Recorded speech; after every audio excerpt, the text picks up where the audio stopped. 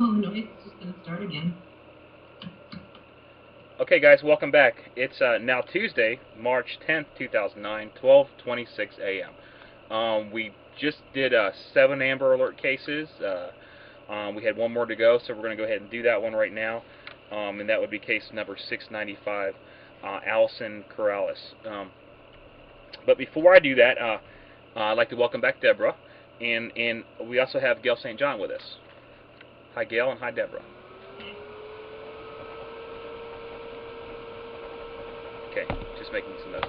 So let's get this started. We're going to knock out this Amber Alert case, and we're going to go to some good news. We have 2 Amber Alert cases that recently closed. We'll talk about them real quick, and then we'll go into our 3 cases, our old cases that we try to get to every day. And we also want to we're going to mention some stuff about what's going on in the Aji case, which I think is really important. So you guys, please stay tuned. When we get these cases done, we want to talk about that. It's very important. So please keep listening. I'll try to be entertaining. So anyways, let's get started. Next case is case number 695, which is Allison Corrales. The case was requested to be open on March 8th of 2009, 2 days ago. The dream drawings were done last night, or the night, actually it's the night before now. And Deborah has information for Allison. Yes, I do. This is for Allison, Alllyson. Instead of an I, there's a Y. Last name Corrales. She's been missing since March 6, 2009. This is a family abduction, but there's a little disturbing twist to it. Her date of birth is January 13th of 2005. She's a white female, 4 years old, 58 inches tall. She weighs 40 pounds. She's missing from Kansas City, Missouri right now. She has brown hair and brown eyes. It states here that she may be in the company of Louis Corrales, and that is her biological father. They do have a felony warrant out on Louis right now. They may travel to Manassas, Virginia, or Houston, Texas. They advise caution. Louis Corrales, I guess some might pronounce it Luis. He is 31 years old, and that's the only information I have for him. As far as this case goes, the twist that's upsetting to me is that she's been missing since the 6th, since Friday. And they realized she was missing when her mom's body was discovered. And that is why they have a warrant out for her father right now. He's a suspect in the homicide of Allison's mom. Allison's mom, her sister, so that would be Allison's aunt, had not heard from her. And so she got worried, and she sent her husband over there. So Allison's mom's brother-in-law went over to check on her, and he discovered her in the apartment. So at this point, they're talking more about possibly Houston, Texas than Manassas, Virginia, but we can't be entirely sure either. So they advise caution. Her father is wanted for a homicide right now. Okay. Okay, what I have from the dream drawings, actually there's 3 of them. The first one, once again, guys, this is case 695. It's up on the website if you want to follow along. It starts off. It says, with Dad's girlfriend, ring on right hand, sunflower. I'm not exactly sure. I mean, I'm assuming that's some type of image or logo of a sunflower or something like that. I don't think it's actually a plant, a real sunflower. I think it's something to do with an image or a picture or logo on something. Next dream drawing says candle in room. Now, I've seen that candle before. I actually have something that's similar, so that might be unrelated then. But just in case, that is it's a religious candle. It's actually, I believe, Catholic. I'm not exactly sure when they burn them or whatever, but I do know that I have one. The next dream drawing says St. Louis, and that's some type of building or maybe apartment complex or something like that. This case is brand new. One good thing is I did not get any feelings so far of anything of death. There's no symbols like that, nor I don't believe there was any type of feelings or anything other than that. Since there has been a murder in this case, obviously the child is in great danger. There is an Amber Alert issued. As far as I know, that she hasn't, Allison has not been located yet. Any other thoughts on that, Deborah? Anything else that's coming out in the news or anything as we speak? Well, one thing that I would like to state is that there was times that Allison's mom had a restraining order against her father. I have not been able to verify if that was in fact at the time. He was living in San Antonio, Texas, but he went to Kansas City, Missouri to visit Allison, and Allison's mom had sole custody of her. The other thing that bothers me is with this type of situation, you know, Allison is in danger, and I'm not trying to fault our system because I know that other countries don't have Amber Alert systems and such, but after 24 hours they cancel the alert because that's the policy. And we have a little girl out there with her father who it looks like, you know, killed her mother. Okay, they canceled the At alert. this point, yes, after 24 hours. What justification? I mean, what's the justification then? I mean, that's not a. They claim that there's a policy of 24 hours for the Amber Alert, and they'll continue pursuing it as a homicide / abduction. Then the police have to know something that we don't know, because there's Amber Alert cases on all the time that are older than 24 hours. Well, in a lot of cases, Brian, they classify those as the CANS in capital letters, the CANS alert, and they run them on the Amber Alert ticker. In fact, they're still running Haley Cummings right now. They just stopped running Aji a few weeks ago. So well, that's the ticker. And actually, guys, that's really not. The Amber Alert system is something our Congress enacted. There is only one Amber Alert system, and that's, I believe, amberalert.gov. It's a government-issued thing. It's actually their government policies in place. That's what we're talking about when the red tape comes down to it. Any other thing, including that ticker, I believe, are something called amberalert.org, which is great, but they are not affiliated with the Amber Alert system. I don't know as far as all the policies and regulations that go along with this case, but I do know, I mean, common sense would tell me if there was a murder taking place and you have a suspect, that you wouldn't cancel the Amber Alert. So obviously they know something we don't know. If not, then I don't know why the reason would be, other than she's safe or she's been located. Any thoughts, Deborah? Well, she has not been located, so I really hope that they know something. But if they knew something, why hasn't she been located by now? I don't know. That's really frustrating, because if you cancel an Amber Alert, I'm thinking, well, she must have been found, and she hasn't been found, or they don't have any clue where she's at. Then why do that? Because that's going to prevent people from looking for her, right? Well, when they run cancellation for Amber Alert, when they run it that the Amber Alert has been canceled because someone has been located, they run that longer than the 24 hours, it seems. Okay, let's go with this is an Amber Alert case. It'll stay an Amber Alert. Okay. We're the unofficial Amber Alert system then. This is an Amber Alert. She went missing. I had worked with Gail St. John a while back. We continue to work together. And she's I just asked her. She is a psychic. She's able to work in a lot of cases. Some she can work on right away. Some she can't. She's very good at what she does, and she's agreed to help us with this case right here. And thank you, Gail. Are you getting anything now, or? No, I just heard bits and parts. Okay. And I'm going to take some notes too, like I normally do. Can Deb get the highest power from the Yeah, Deborah. real quick? 'Cause you were breaking up so bad I couldn't hear you. I'm sorry, but Deborah. I don't know if it's my headset or yours. Okay, I'm going back to just I was going to name. put them in Skype. Okay. I'll give them to you. Okay, just name an A. Okay. Skype her or whatever. Okay. Allison is 4 years old. She's been missing since March 6th. Her date of birth is January 13th, 2005, a white female. She's missing from Kansas City, Missouri, brown hair, brown eyes, and they feel that she's in the company of her father right now, Louis or Luis Corral, and they have the warrant out on it. And it states that they may travel to Manassas, Virginia, or Houston, Texas, there have been some news reports I've seen that have indicated more toward Texas. And I don't know if that's because he was living in San Antonio, Texas at the time or what. But he does have family in both areas from what I've been able to gather. Is there anything more that you need? No, that's it. The one thing is I feel she's safe.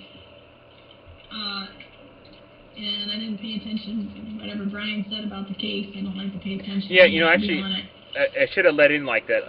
If next time I'll do this, I'll let you go first, because I know sometimes that might. Okay, but it's not important. I just didn't listen. And also, I was chatting with somebody else, so I really knew I wasn't paying attention. Yeah, this computer is going to go out the window here in a second. Of course, you guys won't be able to see that. The thing I'm seeing, and you say Texas, but I'm not seeing Texas. Okay. You know, I feel like I'm heading into New Mexico area, and I feel like I'm at the border. Okay. So, and I mean into the States, not going into anywhere. I mean, I'm on a U.S. border, but I'm just crossing the line into New Mexico. And the first thing I saw was something, and it looked like the name was something like H-A-U or H-U-A, something like that in the beginning of the name. It quickly flashed by me, so I'm not sure what the name is. I felt like it's a very small city or town as you cross the border. I also heard that it was approximately 100 miles from someone, so I take it that there's a relative that lives in Texas that's approximately 100 miles from here. And you say, did I hear you say San Antonio? I think I said Yeah. St. Louis. St. Louis? Well, Yeah, I'm talking actually, about in Texas. Yes, the father lives in San Antonio, Gail. Okay. But I'm saying go. Oh, you're talking about. miles. I'm sorry, Gail. You're talking about from Denver. Sorry. Right. Okay, go ahead. 100 miles from San Antonio. Okay, but I feel like this child's not going to remain in his custody. This will be resolved. Okay. I feel like it's going to be resolved pretty soon. Okay. Anything else? That's it. Okay, I got safe, not in Texas, possibly New Mexico. The letters H-A-U or H-U-A, 100 miles from San Antonio, and the case will be resolved soon. Good? Is that, Gail, good? Anything else? Yes. Yep, that's it. Okay, thank you very much. I'll post those notes right away. I wrote them down, and I'll go ahead and scan them and I'll put them on the website. If you guys want to visit Gail's, I know it's not a lot, but well, no, anything, and this goes to anybody else that's psychic or not. If you have any information, please let us know. Everybody is welcome. As long as you're trying to help, we don't care. Gail's website is. I don't feel worried on this case. I really honestly don't feel worried. That's good. Like I feel really impressed, really worried when I find out some of these people are missing. Whether it be a child or adult, there's that rushed, kind of worried feeling. In this case, I'm not feeling that. Okay. And looking what I have, I didn't see. There's no symbols of death or anything like that, unless you would. That sunflower is not. It kind of looks like the symbol that I sometimes get, but it's not. I can tell you that it's not. So let's hope that Allison will be found soon. One thing that's been bothering me. Tonight we had Samuel and Allison, and both of them are the names of my kids. And I know that's just a coincidence, but I really don't like hearing that. Okay, so on a different note, first of all, Gail St. John, you can go to our website at psychicgail.com or psychicgailstjohn.com. We have links on the cases to her website. I work with her on cases. She also works with Reginald Lewis and Travis. What's Travis's last name? Sanders, okay. With Travis Sanders, they're both well-known psychics.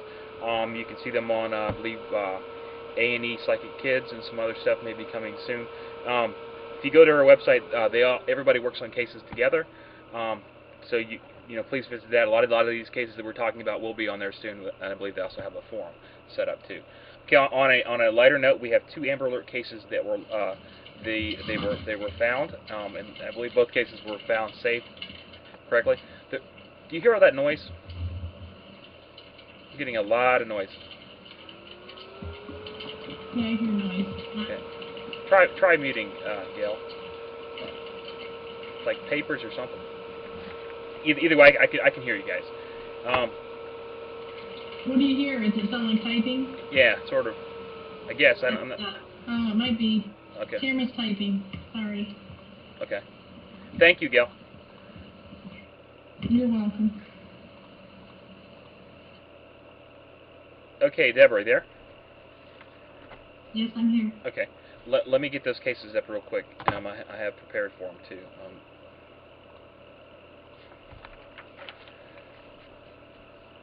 Now, there's some talk in the chat that Allison's dad left his car in the driveway, and the mom's 1999 Kia Sportage was missing. Okay. So, I guess he could be driving a Kia Sportage. Okay. Can we? And I do see, according to the chat, even though I have not been watching Nancy Grace myself, Allison was featured on Nancy Grace. Okay, wonderful. Can we get that link up there in the forum too?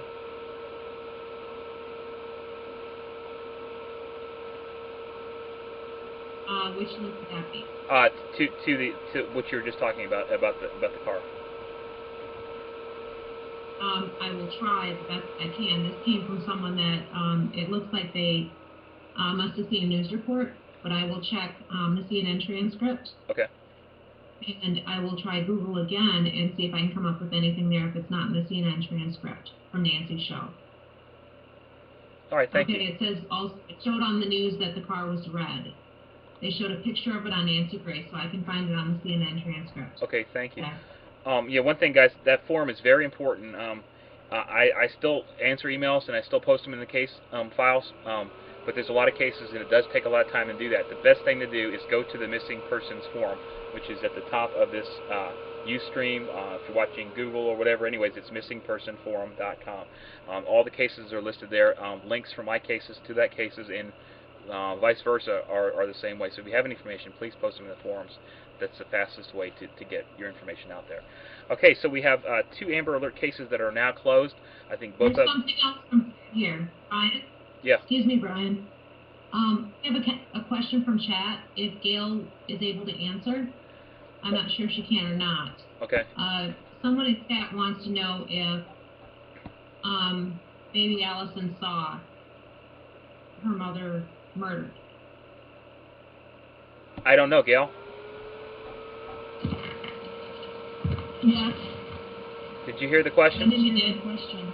No, I couldn't hear it. Okay, one more time. We have some comments and questions in chat. Did baby Allison see her mom murdered? I do believe that she heard it and was well aware of what was going on. That's awful. Okay. Okay, do you think the father That's a could good be thing, that's for sure. right? Okay. If she only heard it, do you think the father could be traveling with someone else alone? I feel like the I feel like he's alone. I don't feel like there's another person involved in the taking of this child. I think there's people that know about it. I think there's people that know where he is. I just don't think he is traveling with, another person. Okay, so he's by himself. Yeah. Okay, thank you, Gail. You're welcome. Oh, Okay, let's get to the good news. Yeah. yes. We need some good news now, don't we? Definitely. Okay, so this is case number 693, Casey Baez. The case was open on 3/7/2009. Dream drawings were done the same Actually, the case was open on 3/7/2009. The dream drawings were actually done 2 days earlier on 3/5/09. I just hadn't posted them. What it says is he took her to the drive. She is home 321. 3 stairs. We'll take her again June 14th of this year. Red car, Depot 41. Police know the lies. 11632-99874. Monday, 9 March, and it says, I'm not sure, but I think Casey is safe, but may not be on June 14th, 2009. I know this case was solved. We didn't do any research on it, but June 14th, 2009 kind of bothers me. Deborah, can you give us some information on the case and the good news? Well, Casey had been missing since January 15th of 2009. Okay. When I gave you this case. Mm-hmm. So as soon as you did an RV for the case, as soon as you did dream drawings, she was found. Yeah. She was located. One thing that's been known to happen, I put that out, and that's a good thing, that it has been known to happen, that some cases where, you know, it's been 6-7 years, then I do a dream drawing or some type of thing on it and they're found. I don't know if that's coincidence or not, but it's a good thing so far. Go on. Well, in a lot of cases with the Amber Alerts, if I give you an Amber Alert, then before you can post the case, thankfully, the child is found. So when I ran across this one, I thought it really needed attention because she's been missing since January. Mm-hmm. As far as the June date, that bothers me. It looks like we may have a parent that's, you know, playing games and could have a habit of this. Casey is 8 years old. She lives in Longwood, Florida. Early evening on Saturday, I noticed that her poster was not up at National Center for Missing and Exploited Children anymore. So I knew something was up, and then it was going on 1 in the morning on Sunday when I got a private message from D. Lopez telling me that Casey had been found, that she was located and she was fine, and she was not able to provide a link. And then during the day on Sunday, Kinsley let me know that Casey was fine, but she could not find a link either. I still cannot find a link. I'm doing the same thing. I cannot find anything as far as news goes. Exactly, to show that Casey has been located safely. Is that not strange or what? Okay, should we close the case? Yes, okay. She has been located. I did check again today, and okay, then I checked a little bit ago again, and her poster is not at, you know, listed at National Center for Missing and Exploited Children anymore at missingkids.com, so she is located and she's fine. But as far as June goes, I really hope we don't have a now we know that from a reader. And I'm just looking at missingkids.com right now, just to, yeah, it's been removed from some of the sites. Yeah, I know that. Yeah, I put located. I just put that in the case file. I'm looking at that. Apparently she's found, and it looks like she's found safe, from what Deborah says. So we'll close the case, but that date does bother me though. That's really all I have. I'm glad she was found, but let's hope it doesn't happen again. Anything else, Deborah? Well, hopefully this case does not have to be reopened in June. That's all. Yeah, or ever, but yeah, right, exactly. Okay, thank you. More good news. Case number 694. This is Jacob Lucas. The dream drawings were sent, or actually the request was sent from Deborah on March 8th of 2009. And I got them done the same night. And Deborah, do you want me to tell you? I'll just go over the drawings like I did the last time. First dream drawing says Jacob is with mother. Trains are still in the house. 263-72. Did not throw away Miller. Okay, that train I am almost positive is something called Thomas the Tank Engine, which we have lots of. That to me, that's what that looks like. So maybe this might be related to something that Jake was worried about his trains or something like that. I don't know. The second dream drawing says driving in circles, stop the pain, he loves Jay. 263 on 72 by high school. I wrote, I think that Jacob is okay, and the train could be a toy of his, i.e. Thomas the Tank Engine. I got the Skype from you. It's actually, our Skype chat is on there. 4/11. The next day, he said Lucas has been found. I discussed if we should post this or not.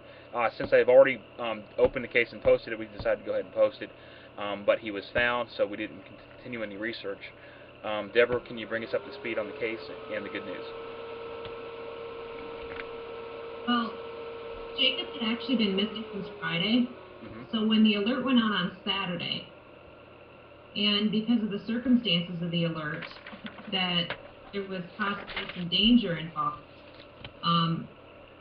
I thought, since it wasn't resolved, fairly quickly after him going missing, that, it was time to give you the case. And thankfully, he was located prior to you posting the case. But when you did that, you said he was with his mother and stuff like that. So you have strange, sleep cycles that sleep later in the day a lot of times too. And you actually, when you did this, he could have actually been found by that point. You realize that, right? Yeah, I totally realize that. More than likely, yeah. Yeah. He was with his mother. And I questioned posting it, but the work was done, and I'd already opened the case. So we went. A lot of times we do not do it because a lot of Deborah will wait until 2 or 3 o'clock in the morning. That's a lot of times when I go to bed, just to make sure she's not giving me a case that it didn't need to do. This time was a little too late, but we went and posted it. So yeah, I mean, more than likely that he was found, but was he with his mother or not? Do we know? At the time that you did it, I don't know exactly what time, you did that. But, that's probably 4 or 5 in the morning. His father had taken him, and since I gave it to you late Saturday night, he had been missing since Friday, and there was a rather large delay in issuing the Amber Alert, and there was danger involved because his father has a medical condition that requires medication. So, with some conditions, without medication, there could be danger because, people don't act right or whatever. So, it was a little scary. So since there had been a little bit of time there, I figured, it needed to be done. But he ended up safely back with his mom, and he had been missing from Ohio. But thankfully, they were able to cancel the alert, and he was home with his mommy where he belonged. Wonderful news. So that's good. We really don't need to discuss this case any further since it's closed. Like I said, let's hope that doesn't happen again. The link you sent me and if you didn't mind, I put our Skype conversation up there just so people see why we had it open.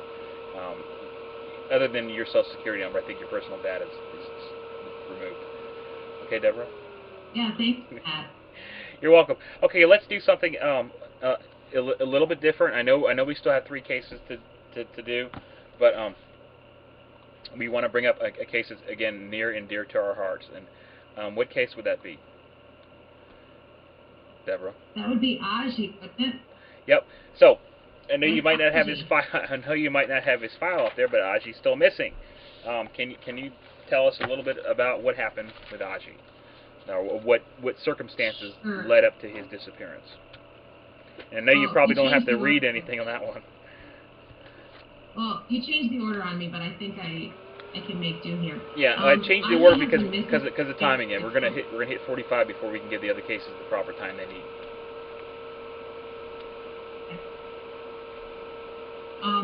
Aji has been missing since January 10th of 2009.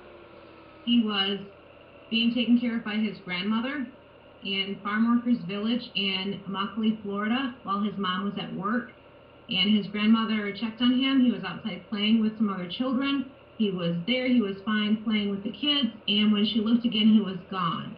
Now, Aji is 6 years old, and he has the mental capacity to function at about 2 years old, and it could be as low as 1.5 years.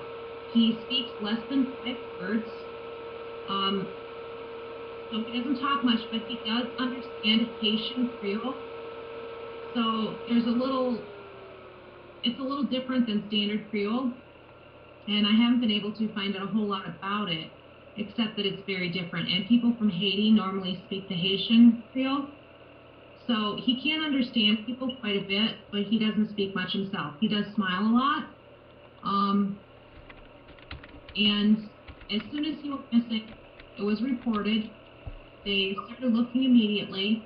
After a few days went by, the interest, kind of went away on that.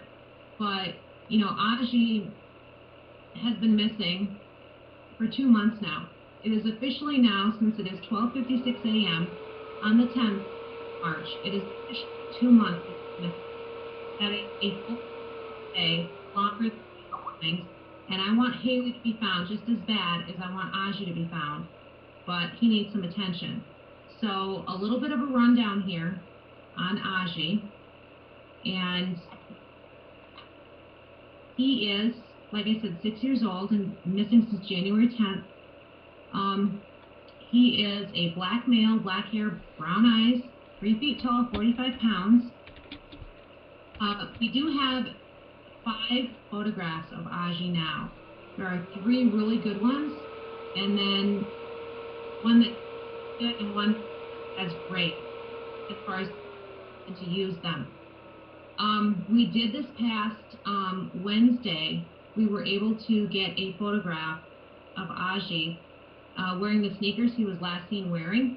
He was sitting with some of his classmates, and the Collier County Sheriff's Department issued, they put out the photo of him wearing those sneakers, hoping it'll bring in some leads.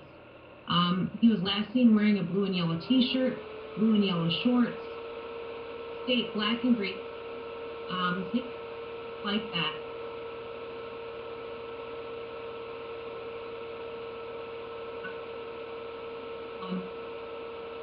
So, he needs to be found. Another thing is that, according to news reports, they have cleared Aji's family of any, wrongdoing in this matter.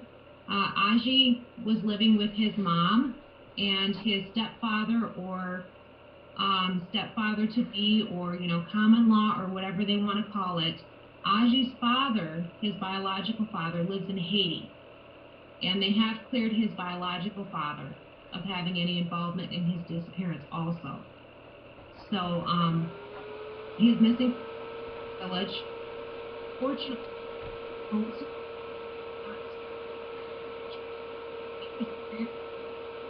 and, he just needs, so that's why we keep talking about the case so much, to try to get him that attention. And thank you, Gail, so much for coming on to talk about Aji tonight. I'm happy to.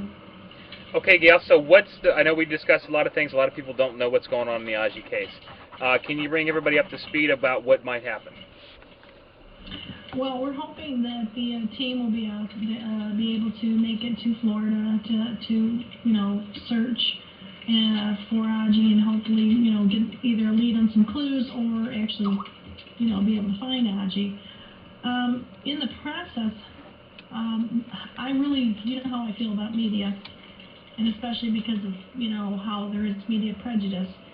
But in this case, I feel like we're forced into creating a media issue because if we don't, we're not drawing anyone to help on this case.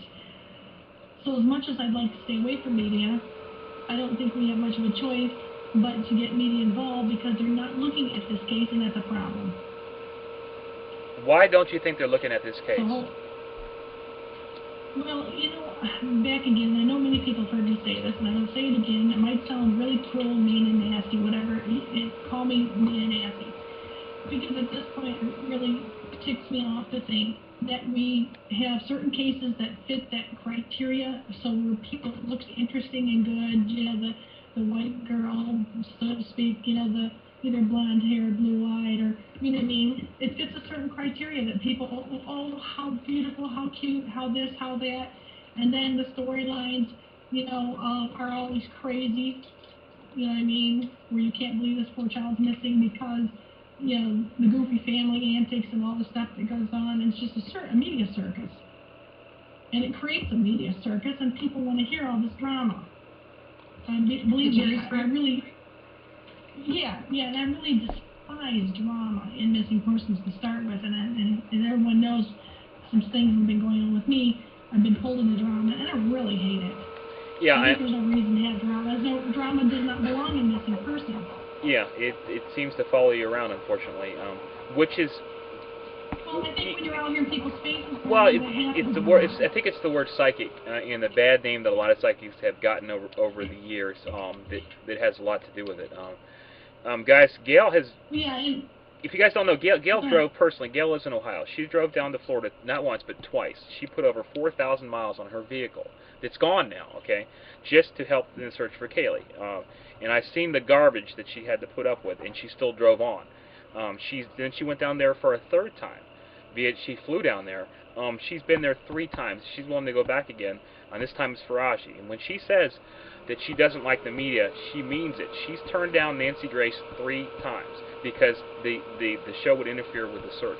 So guys, whatever you think about psychics or whatever, Gail St. John and her team went down there, okay, to do this for free, okay, despite what everybody thinks and says. They went down there for free. She's willing to go down there again with your help. I'm sorry, Gail. Go on. Whatever it takes, and like I said, I don't like media, and you've said it, Brian, but the thing is, on this case with Aji, we need media. Nobody's covering it. Nobody really cares. It's kind of being tossed out because it doesn't fit the criteria. The parents can't come out there and talk about it every 20 minutes because of the language barriers, and that's an issue. There's some other issues with the family too. It's just they're not media savvy, and they don't need to be. And it's not really. It's at this point. If the parents can't defend Aji, we need to. And with you going down there, here's the good thing. Here's the good thing. Psychic goes to look for Aji. Okay, people might talk about it. So what?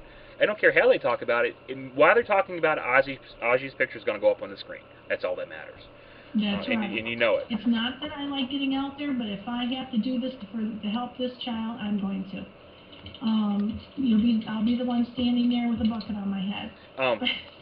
Speaking of Nancy Grace, as long as this picture's up, that's all we care about. Nancy Grace maybe she has 1 million or 1.5 million viewers, okay, which I don't know if it's a lot or not, but her viewers are what makes a difference because those viewers are the people that actually care about missing children, and she does a show for basically the victims, okay, and it's the only show I've seen where she looks out for the victims, which is wonderful, and I think that her viewers, would really be interested in Aji.